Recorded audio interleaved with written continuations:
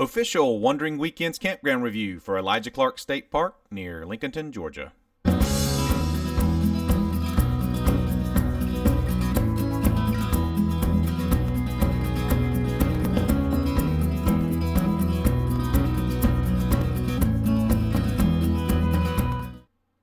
Welcome back, friends. So we're so glad you're with us. I want to start by thanking you for continuing to watch our campground reviews. It really helps the channel a lot.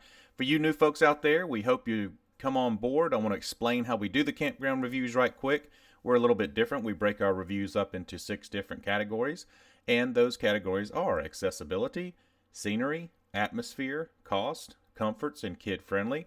We rank these categories from 1 to 10, 1 being the worst, 10 being the best. There's no such thing as a perfect campground. You'll notice that as we go through. Let's get started with Elijah Clark. You got to get there first, so we always start with accessibility, and there's no big tricks here until you get to the campground. Elijah Clark is a very large state park campground. There's well over 100 sites, and it's large. So there's 2 different sections. There's a lot of hairpin turns. Make sure you have your map with you. Know your site and have your map with you. For this reason, it's a little bit confusing. It scores a 7. Next on the list is scenery, and we were on the water, and a lot of sites are on the water, so the scenery score is pretty good. The only thing that took away here was sometimes the campsites can be on top of one another a little bit. It's not really bad, but it's not perfect. It scores an 8. Next up is atmosphere, and atmosphere measures things like just how was it there? Like, was it crazy? Parties? We didn't experience any of that. We had a good time. All of the campers seemed to be well behaved. This was during the COVID-19 situation. Everyone was social distancing. Everyone was being good, I guess you could call it. And it scores really well. It scores a 10.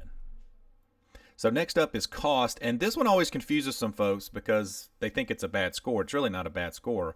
But like Walmart parking lot or Cabela's parking lot or Cracker Barrel parking lot being free, that would score a 10, right? So obviously Georgia State Parks aren't free. They're a good value, but as far as the cost is concerned, $32 to $35 a night gets you water and electricity. It scores a 5. Second to last category is comforts, and this one's difficult to do right now during the COVID-19 crisis. We did not go into town to see what Lincolnton was all about. We did do some Google searching and some Yelp stuff for restaurants and stuff like that just to see. And it looks like Lincolnton has a lot to offer just for camping. So there's a couple of nice takeout spots. There's obviously places that you could get supplies. So a couple of gas stations. It's not a large town, but it would be everything you would need. There is a gas station across the Georgia-South Carolina line a couple of miles east if you needed something. So Comforts doesn't score that great, but there is putt-putt on site if you bring your own putters right now. Which we enjoyed that. There is a playground up there next to the putt-putt course. It scores a 6 for Comforts. Last but certainly not least, kid-friendly is our very favorite category. There's pros and cons here. The pros, great for bike riding. Elijah Clark is really good for bike riding. We didn't have to worry about Beckett. He's 4. He's just now getting out of his training wheels. We didn't have anything to worry about there. Pretty flat, couple of hills, but nothing crazy. Along with that, very low traffic in the campground. I think the fact that the campground is so spread out really helps this, the traffic factor. There weren't hardly any cars going in and out all over the place. There's a lot of different loops. So most people are probably going somewhere else. So you don't really have to worry about traffic. The only downside for kid-friendly is the playground was not at the campground. It was up towards the front near the entrance, like I mentioned before, near putt-putt.